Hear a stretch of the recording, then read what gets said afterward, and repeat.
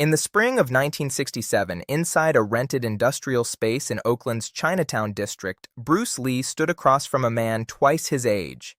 This is that story. He had traveled over 7,000 miles to challenge him in front of witnesses.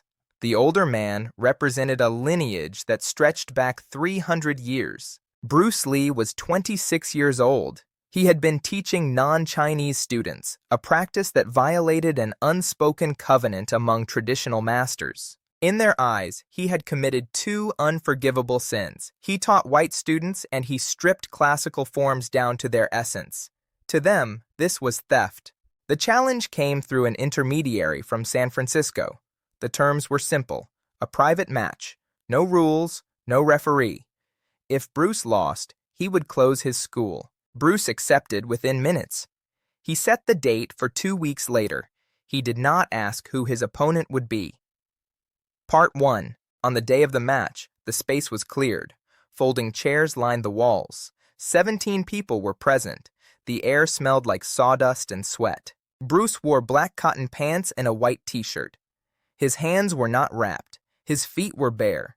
He was ready for a correction. The older master arrived late. He entered without greeting anyone. He wore a traditional silk uniform, dark blue with frog buttons up the center. His hair was gray but full. His posture was upright, almost rigid. He did not bow. He did not stretch. He just stood there, waiting. His eyes never left Bruce. Bruce moved to meet him. The distance between them was roughly 12 feet. For almost 30 seconds, neither man moved. The room was silent except for the hum of a ceiling fan. One witness said the silence felt heavier than the confrontation itself. Part 2. Then the older man spoke. He said that Bruce had betrayed the ancestors, that he had turned sacred movement into a commodity. He spoke in Cantonese. Bruce responded in English. He said that Kung Fu was not a relic, that it was meant to be tested, refined, and made real, that forms without function were theater. The older man's expression did not change. He raised both hands into a classical guard. Bruce did not mirror him. He stood with his lead hand low. It was the stance he would later refine into Jeet Kune Do. In 1967, it had no name. It just looked wrong to everyone watching. What happened next stunned everyone there. The older master moved first. He launched a chain punch, 3 rapid strikes aimed at Bruce's face. Bruce saw it coming before the first punch left the man's shoulder. The lesson was about to turn physical. Part 3. It was textbook. It was also slow. Not in execution, but in telegraph. Bruce saw it coming before the first punch left the man's shoulder. He slipped to the outside, past the man's lead hand. No wasted motion. Pure interception. He drove a straight punch into the solar plexus. The sound was dull and wet. A physical reality hitting home. The older man exhaled sharply and stumbled back. His guard dropped for less than a half second. The gap was revealed. Bruce still did not follow. The room stayed silent. The older master reset his stance, breathing heavy. The older man moved again, this time with a low sweep aimed at Bruce's lead leg. The lesson continued. Part 4. It was a classic combination, one that required years to execute smoothly. He executed it smoothly. A low sweep to the leg, followed by a rising palm strike to the chin. Bruce stepped back 6 inches, just enough to let the sweep pass. He didn't retreat. He adjusted. Then he snapped a side kick into the man's ribs before the palm strike could land. The timing was absolute. The impact lifted the older man onto his toes. He staggered sideways and caught himself against the wall. Bruce still did not follow. He reset in the center of the room and waited. The older master pushed off the wall and came forward again, but this time there was no technique. Part 5.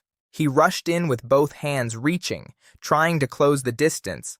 There was no technique left, just desperation. Bruce sidestepped, caught the man's lead wrist, and redirected his momentum into the floor. The older master went down hard onto his shoulder. The sound echoed in the empty room. He stood quickly, but his breathing was labored. He did not attack again. He just stood there, staring at Bruce. Then he straightened his uniform, smoothed the front, and walked toward the door. He did not bow. He did not speak. He left the building and never returned. The entire exchange had lasted less than 4 minutes. Part 6. But that wasn't what unsettled the witnesses. What disturbed them was not the speed of the outcome, but the restraint. Bruce had hit the man 3 times. Each strike had been precise, measured, and devastating. But he had not finished him. He had not humiliated him. He had simply demonstrated a gap that could not be closed with tradition alone. Several students said later that it felt less like a fight and more like a lesson delivered without words. One of the traditional masters who witnessed the match left immediately afterward. He knew what he had seen. Another stayed behind and spoke to Bruce privately. He asked the question everyone was thinking. Part 7. According to one account, he asked Bruce why he had held back, why he hadn't finished it when the guard dropped. Bruce reportedly said that the older master had courage, and that courage deserved acknowledgement, even when the method was outdated. That conversation was never confirmed. But in the weeks that followed, word spread quietly through the Bay Area. Some said Bruce had disrespected an elder. Others said he had proven that classical forms could not survive against reality. Bruce did not speak about the match publicly. He continued teaching. He continued modifying. But something had changed. Almost no one noticed it at first, but the seed of Jeet Kune Do had just been planted in the sweat of that Oakland floor. Part 8. By 1970, Bruce had moved to Los Angeles. He was teaching privately, training actors, and developing what he would eventually call Jeet Kune Do. He rarely spoke about Oakland. When asked about his early challenges, he usually deflected or changed the subject. But in a recorded interview from 1971, a journalist asked him if he had ever fought a traditional master. Bruce paused for several seconds. Then he said that he had met people who believed deeply in their methods, and that belief alone did not make those methods effective. He said it without malice. He said it like someone who had tested the statement personally and found it to be true. The older master's identity remains uncertain. Some believe he returned to Hong Kong. Part 9. The match was a turning point. After Oakland, Bruce stopped justifying his methods. He stopped arguing with those who valued lineage over effectiveness. He simply continued building, testing, and refining. It was the moment where theory met reality, and reality won without effort. This became the foundation of everything he taught afterward, that the best fight is the one that ends before the opponent realizes it has started. Myths are built on the space between what happened and what people wish had happened. But the truth of that day in Oakland remains. The only tradition worth preserving is the one that proves itself every single day.